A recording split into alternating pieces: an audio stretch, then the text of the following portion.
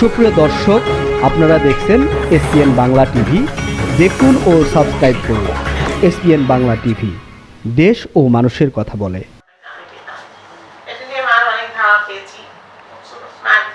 খাওয়ার যে কারণটা সেটা হলো যে আমার আপনার মুক্তিযোদ্ধা উনি 6 মার্চ মারা যান। মুক্তিযোদ্ধা ছিলেন, তো 6 মার্চ 72-তে 72-এ মারা যান। তো 72 সাল থেকে যে মেয়েটা পিতৃশূন্য অবস্থায় একটা বিধবা নারীর ঘরে মানুষ হয়, বিধবা মায়ের ঘরে। আর আমরা দুইটা বোন, আর একটু বলে রাখি যে আমরা দুইটা বোন, একটা ভাই ছিল, একটা বোন ছিল আমার। আরো যে বোনটাকে আমি দেখি যে আমার জন্মের আগে, উনি 1955 সালে মারা গিয়েছেন। আমার মা বিয়ে হয়েছিল, বিয়ে হলে নাবালিকা অবস্থায় বিয়ে হয়েছিল। 12 বছর বয়সে উনি মা হয়েছিলেন।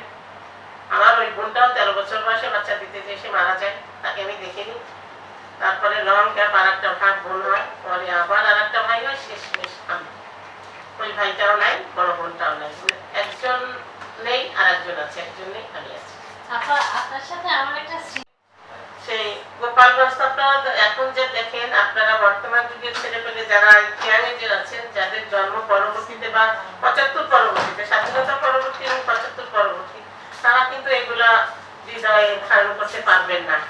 চোখে দেখা বাস্তবতাটা এক, আর কানে শুনে বাস্তবতাটা সম্পূর্ণ আরেক, হাতের এই দুই পাশের মতো, এতটা নয়।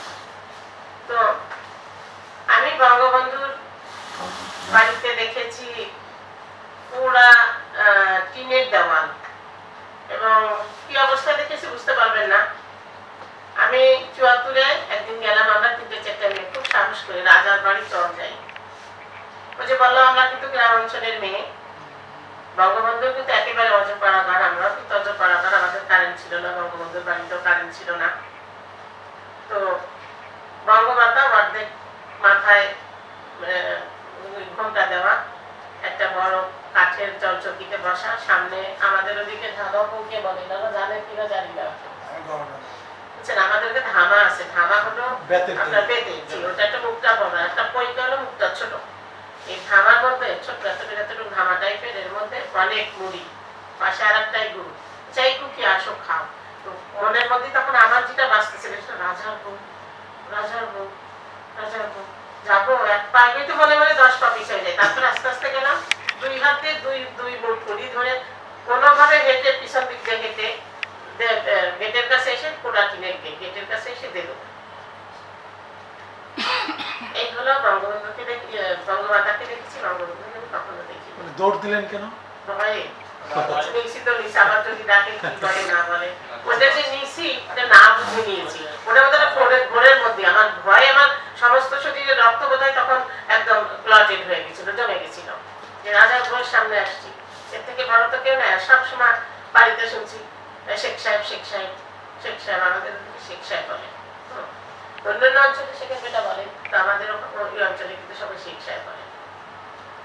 যাই হোক, ওখান থেকে চলে আসলাম। এই হলো মানে, এবং বঙ্গবন্ধুর কবর আমি দেখেছি যে মাটি থেকে 5টা বা 6টা ইট হবে, দাদা ভাই, 5টা বা 6টা ইট হবে, শুধু সিমেন্ট দিয়ে কিন্তু আস্তর দেওয়া না, প্লাস্টার দেওয়া না, জাস্ট সিমেন্ট দিয়ে আটকানো বঙ্গবন্ধুর কবরটা। বহু বছর যাবত দেখেছি। 96-এর আগ পর্যন্ত ছিল। 96-তে আসার পরে আপা এটা ঠিক করেছেন, আপাই বাজেটটা করেছেন, সবকিছু আপাই করেছেন। এর আগ পর্যন্ত যে দীনহীনতা ছিল, এই দীনহীনতা হলো বঙ্গবন্ধুর সত্তা, বঙ্গবন্ধুর নির্লোভ, বঙ্গবন্ধুর দেশপ্রেম, বঙ্গবন্ধুর জনগণের সাথে, আপামর জনগণের সাথে মিশে যাওয়ার মানসিকতা। ইচ্ছা করলে ওখানে ওই 3.5 বছরের মধ্যে একটা টঙ্গির শহর করে যেতে পারত, এটা কিন্তু ঠিক না, পারত, কিছুই করেননি, এমন কিছু ছিল না তার ঘরে।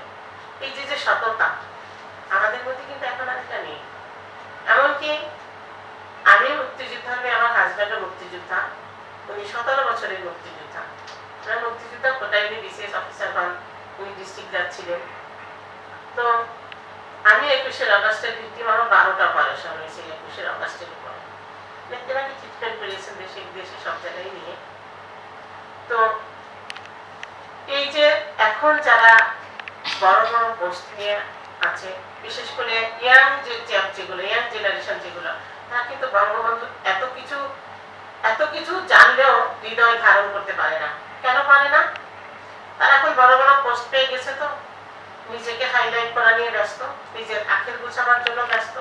শুনতে খারাপ লাগে, বললে আমার গায়ে থুতু লাগে, আমার নিজের গায়ে, কারণ আমি তো সেই একই ঘরানার মেয়ে। আমি কাকে দোষারোপ করবো? আমি যদি যে মাকে দোষারোপ করি, আমি তো সেই মায়ের মেয়ে। আমি যদি আমার আপার দোষারোপ করি, আমি তো শেখ হাসিনার কর্মী। আমি যদি বঙ্গবন্ধুকে দোষারোপ করি, আমি তো তারই আদর্শের একজন মানুষ। আমি যদি আজকের নেতাদেরকে বলি, আমার তো খারাপ লাগে না। কারণ আজকের নেতাদের মধ্যে সেই আইডিওলজি নাই, সেই প্রিন্সিপালিটি নাই, সেই মানসিকতা নাই, সেই ধারণ ক্ষমতা নাই, কিছুই নাই। দুই একজন আছে যেগুলা হাজার গাছের মধ্যে একটা গাছ ক্ষতি করে না, এমন একটা। ওই যে আম বাগান, হ্যাঁ, আমাদের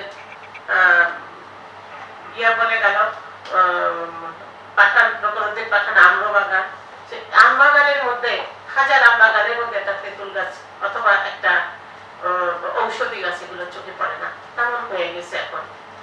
বারদিন নাসিম একদিন বলেছিলেন 21শে আগস্টে যদি সাক্ষী দেই, আমি প্রথম ফার্স্ট হাফে সাক্ষী দিলাম, ওনারা ব্যস্ত ছিলেন, এই জন্য সেকেন্ড হাফে সাক্ষী দিলেন।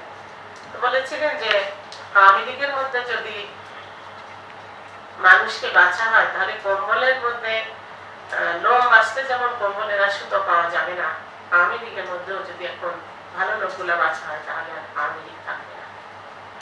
আর একটা দোষ আছে আমাদের, সেটা হচ্ছে আমরা কি কারণে করি জানি না, নিজের আইডিওলজিকে, নিজের চিন্তাধারাকে, নিজেকে কেন এত ছোট ছোট করে নেই, যে বিএনপি হোক রাজাকার হোক, ওর একটা ইয়ে করে দেন, মুক্তিযোদ্ধা করে দেন, কত টাকা নেয়, সে টাকা কি জীবন চলে? আদর্শটাকে কেন এমন করে বিক্রি দিতে হবে? আদর্শটাকে বিক্রি না দিলে মানুষ সুস্থভাবে চলতে পারে। কথা আছে না, ইন্নামাল আমালু বিন্নিয়াত, নিয়তের উপর সবকিছু একটা নির্ভর করবে, কিন্তু নিয়ত অনুযায়ী আপনাকে পরিশ্রম করতে হবে।